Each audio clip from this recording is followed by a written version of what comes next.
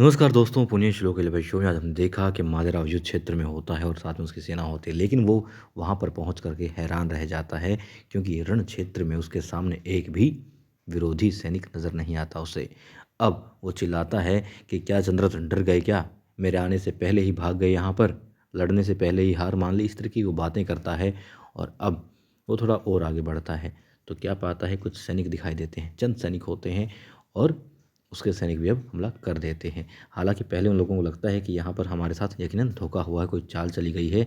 इस तरीके से युद्ध क्षेत्र में एक भी सैनिक दिखाई ना दे, विरोधी सेना दिखाई ना दे, ये हैरानी की बात है। वो थोड़ा सोचते हैं इस बारे में, लेकिन तभी कुछ दुश्मन सैनिक खड़े हो जाते हैं, उन्हें चारों तरफ से घेर लेते हैं।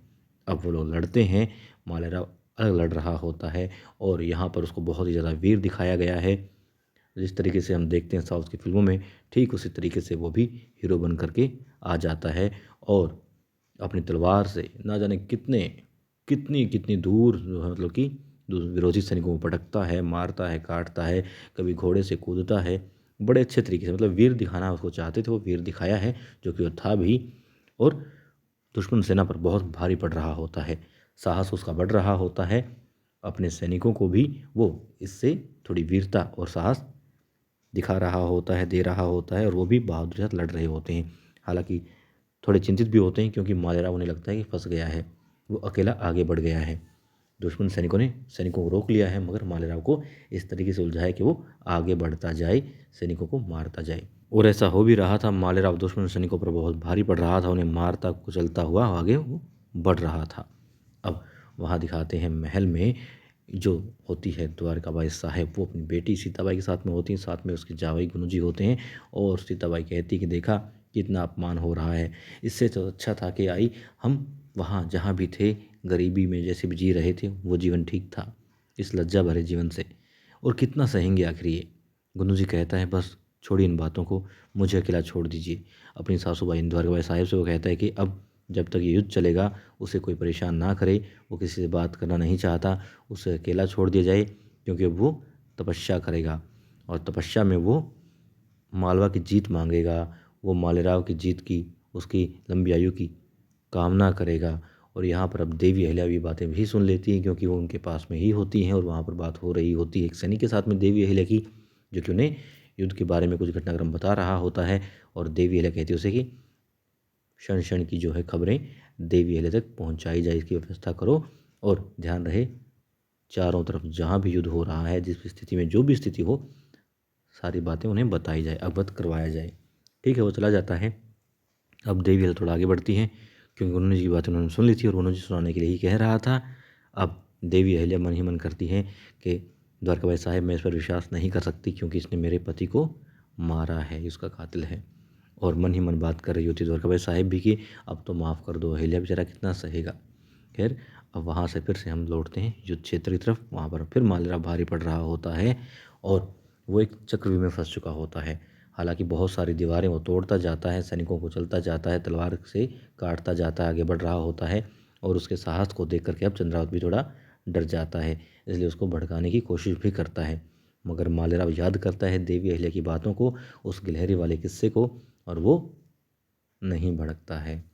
सिर्फ अपनी तलवार के बल पर, अपनी बाजुओं की ताकत पर वो आगे बढ़ता है, दुश्मनों पर भारी पड़ता है। और जो उसकी खुद की सेना होती है वो भी मालेराव को देख करके और आगे बढ़ना चाहती है कि मालेराव अकेले हैं आगे, उनके सहयोग के लिए आगे बढ़ा जाए।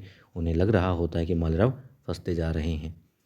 और वहाँ महल में पकवान बन रहे होते हैं, और सबसे पहले क्योंकि प्रभु को, भगवान को भोग लगाया जाता है, इसलिए अब शिव शंभू के भोग की थाल तैयार कर दी जाती है।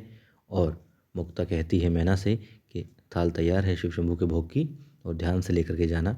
अब तभी एक दासी टकरा जाती है मैनाबाई से, थाल गिर जाती है शिव शंभू के भोग की। अब वो लोग कहती हैं दोनों, बहुत मतलब कि परेशान हो जाती हैं, एक तो बच्ची भी हैं दोनों, और फिर मालेराव युद्ध क्षेत्र में हैं, मुक्ता के पति भी युद्ध क्षेत्र में हैं, तो थोड़ा डर जाती हैं वो। और फिर जाती हैं देवी अहिल्या के पास में। और देवी अहिल्या कहाँ होती हैं, वो एक कक्ष में होती हैं, जहाँ पर एक वो लेखाकार से लिखवा रही होती हैं खत। खत में ये होता है कि जितने भी हमारे सहयोगी राष्ट्र रहे हैं, या फिर जिन पर किसी भी तरीके का मालवा का कोई भी सहयोग उन्होंने कभी मालवा ने किया है उन पर, तो उन लोगों से भी इस युद्ध क्षेत्र में आने के लिए देवी अहिल्या के साथ मिल करके उस चंद्रावत को धूल चटाने के लिए उनसे सहयोग मांगा जाता है और एक सैनिक को देवलिया भेज देती है कि जाओ और ये संदेश सारे मित्र राष्ट्रों को, सहयोगी राष्ट्रों को, राज्यों को दे आओ, उनके राजाओं को, महाराजाओं को और मुखियाओं को दे आओ। ठीक है। अब वो दोनों आती हैं और बताती हैं कि शिव शंभू का जो भोग का थाल था गिर गया, अपशगुन हो गया। मैना रोने लग जाती हैं कि वो कैसे होंगे, युद्ध क्षेत्र में गए हुए हैं, लड़ रहे हैं, इतनी बड़ी सेना है, घबरा जाती है। देवी अहल्या उसे संभालती है और समझाती है कि थाल गिर गई है, कोई बात नहीं, कोई अपशगुन नहीं है।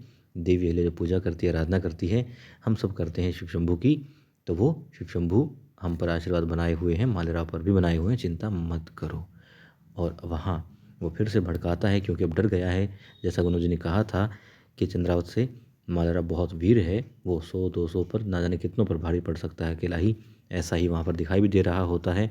वो बुरी तरीके से बिल्कुल जैसा दिखाते हैं कि महाभारत में देखा था अर्जुन भारी पड़ रहा था कौरवों पर, ठीक इसी तरीके से वो भी भारी पड़ रहा होता है अकेला, लेकिन उसे घेर लिया जाता है अभिमन्यु की तरह चक्रव्यूह में। और अब वो उसे फिर से भड़काता है, तुम भाग जाओगे क्या, जनता देख रही है, मल्हार राव की संतान हो, खंडेराव की संतान हो, तुम कैसे कर सकते हो, तुम्हारे दादा साहेब को क्या मुँह दिखाओगे, जनता को क्या मुँह दिखाओगे, तुम वीर, तुम्हें तो यूँ ही कहा गया है, अरे एक बच्चे को भेज दिया यहाँ पर। इस तरह की बातें करता है। अब मालेराव जी हाँ डट जाता है और उस पर बौछार होती है तीरों की। जी हाँ, तीरों की बारिश हो जाती है चारों तरफ से और मालेराव गिर जाता है। हालांकि वो रोकता है, अपने ऊपर नहीं लगने देता, लेकिन फिर भी जब दिखाते हैं उसे होश आता है तो फिर वो चंद्रावत की कैद में होता है और चंद्रावत ने उसे बांध रखा होता है जंजीरों के साथ में। तो दोस्तों कल देखेंगे देवी अहल्या किस तरीके से मालेराव को बचाती हैं और कैसे जो ये आतंक मचाने आया चंद्रावती से भगाती हैं।